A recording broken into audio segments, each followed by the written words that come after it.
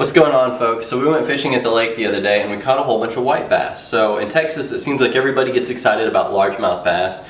They're bigger, they're really fun to catch, they fight, you can start fishing for them in early spring. But almost every lake in Texas also has white bass, and a lot of people don't realize that they're really good eating. So we caught a bunch of these, I filleted them up, so theoretically there's not any bones in the meat. Every once in a while you'll find some small pin bones, but this is how I like to cook the white bass fillets. So I'll just kind of gently coat the fillet in milk, and this is mostly just to make the flour stick.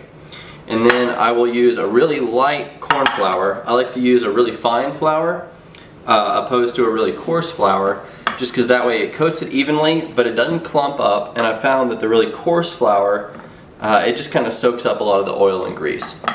So I'll just kind of lightly toss this in the flour. You don't need a ton.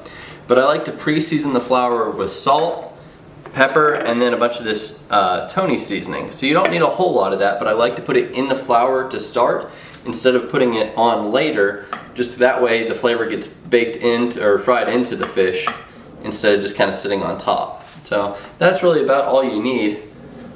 And so then I'll take some of the fillets that I floured up and we'll go over to the oil. And so this oil, it's kind of popping. I let it get up to temperature. It's nice and hot. The fillets are still cool and the oil is very hot.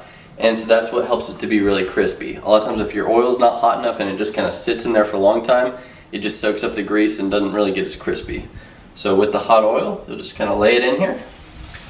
And you hear it immediately start to sizzle. It's like applause. It's going to be really good.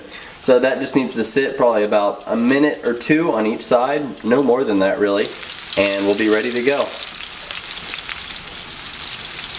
So that's just how I like to cook up a white bass fillet. So hopefully you'll get a chance to get out to the lake, catch some white bass, and cook them up yourself because they're really good eating.